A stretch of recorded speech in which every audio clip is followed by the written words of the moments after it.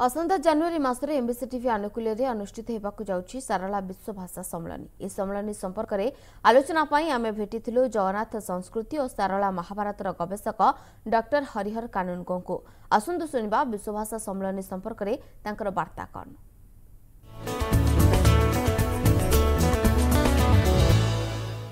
सारला विश्व भाषा सम्मेलन एमबीसी टीवी प्रायोजित यह कार्यक्रम को आज आम आम गहन जड़े अतिथि पाई आलोचना करने डॉक्टर हरिहर कानूनगो जगन्नाथ संस्कृति एवं सारला महाभारतर जड़े गवेषक एवं से उच्च शिक्षा विभाग ओडिशा सरकार अधीन अफसर ऑन स्पेशल ड्यूटी अफसर ऑन डिप्लॉयमेंट विभाग रे से बर्तमान कार्यरत बहु भाव से सारला महाभारत को अनुध्यान करचंती अध्ययन करचंती। आमे तांको स्वागत करिबा एवं स्वागत करने सह तांको गोटे कथा पचारिबा जे सारला दास महाभारत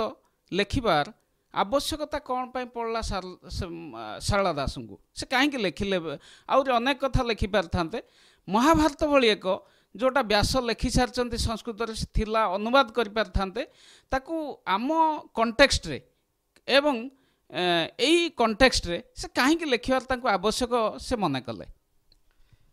धन्यवाद। जय जगन्नाथ। मते खुशी लगुच जे एमबीसी टीवी चैनल ख्रीष्टीय पंचदश शताब्दीर ओडिया जातिर महाकवि ये माटीर महाकवि सारला दासंकर महाभारत सारला दास मन पकई ये जातिर जे कर्णधार ये जाति को जो सर्वभारतीय स्तर में चिन्हित करैला से जो सारला दासंकर महाभारत से महाभारत प्रसंग को आलोचना परिसर को आनिचंती सेतिपई मो कृतज्ञता जनाऊँगी अभिनंदन जनाऊँगी। सारला दास को ये जाति भूली जाऊँगी।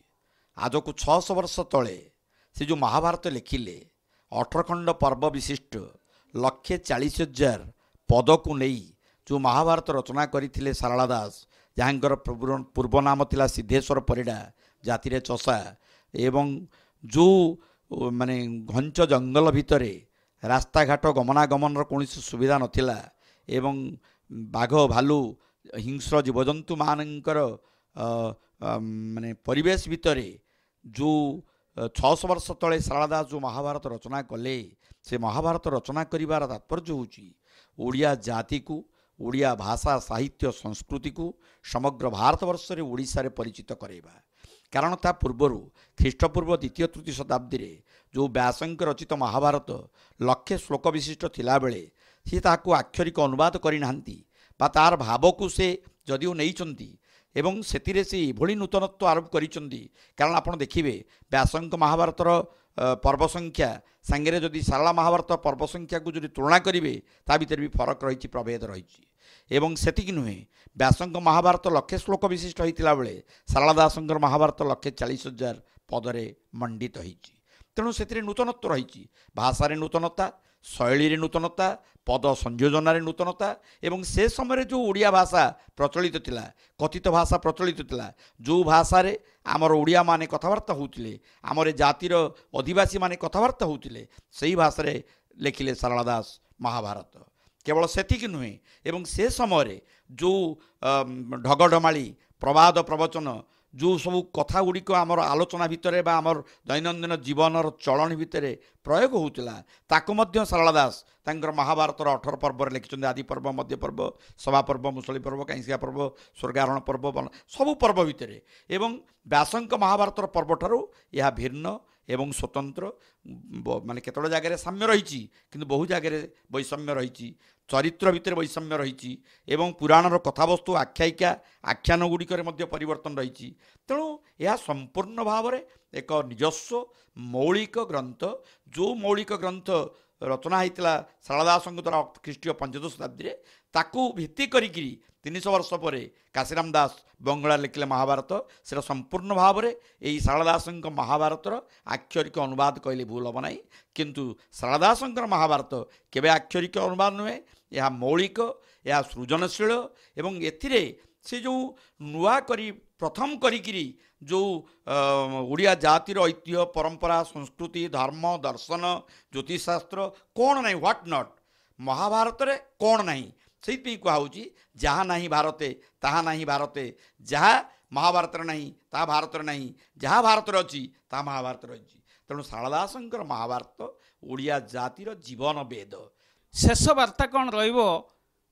सारला विश्व भाषा सम्मेलनी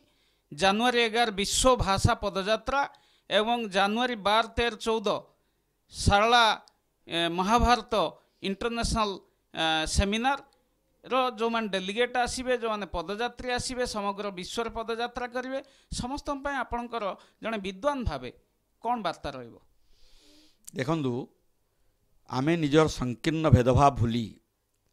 जाति वर्ण धर्म संप्रदाय माने ऊर्ध्वरे आमे जे मनीष एवं आमे जने उड़िया आमर जाति उड़िया आमर भाषा उड़िया आमर माँ बापा उड़िया एवं आम राष्ट्रदेवता इष्टदेवता महाप्रभु श्री जगन्नाथ एवं आमर देवी होउछन्ति माँ सारला ठाकुराणी जदि विभिन्न नाम आमर देवींकर नामकरण करा जायछि मु टिके आगु जो कहिछि जी कात्यायनी जी दुर्गा से सारला से बिरजा से होउछन्ति विमला तेणु ये सब एक अभिन्न तेणु तांकर दायाद भाव रे तांकर संतान भाव रे आमर जे गोटे कर्तव्य दायित्व रही ताकू भूली जावा उचित नुहे तेणु जदि तांकरी संतान आमे ताले आमे भलो काम करिबा पई पछगुंचा दबा कहीं तेणु भल कम ही करवा जाऊ एमबीसी टीवी ये जो कार्यक्रम हाथ को नहीं एथिरे निश्चित भाव में सफल हेबो एवं समस्तंकर कृपा आशीर्वाद रहिबो एवं आपण आगे चलतु चरैबेती पछगुंचा नहीं वीर जातके नमरे से केबे परनातंगे आपण भल कम जदि करिया को इच्छा अछि आगे चलतु निश्चय सफल हेबे एवं जो ये जो काम करिया पई आपण मन रे आसिला कि भावना भितर आसिला निश्चित भाव से महाप्रभु आपको आनी तेणु ए सफल हेबे ही हेबे तेणु आपण ये अभियान ये प्रयास उत्थान पतन आसो एवं विभिन्न प्रकार बाधा विघ्न प्रतिबंधक आसो ताकू अति नम्रतार सहित अति माने कौन सी ईर्षा हिंसा द्वेष भाव न रखी अति नम्रतार सहित भल कम करने बाधा विघ्न प्रतिबंधक आसो ताकू आस्ते आस्ते दूरेक आप आगे चलतु निश्चित भाव में आप ये कार्यक्रम सफल हेबे ही हेबे एवं ये प्रकल्प ये गोटे विराट प्रकल्प एटा समग्र विश्ववासी माने ये प्रकल्प निश्चित भाव में सफल हम यहाँ मोर दृढ़ विश्वास रही।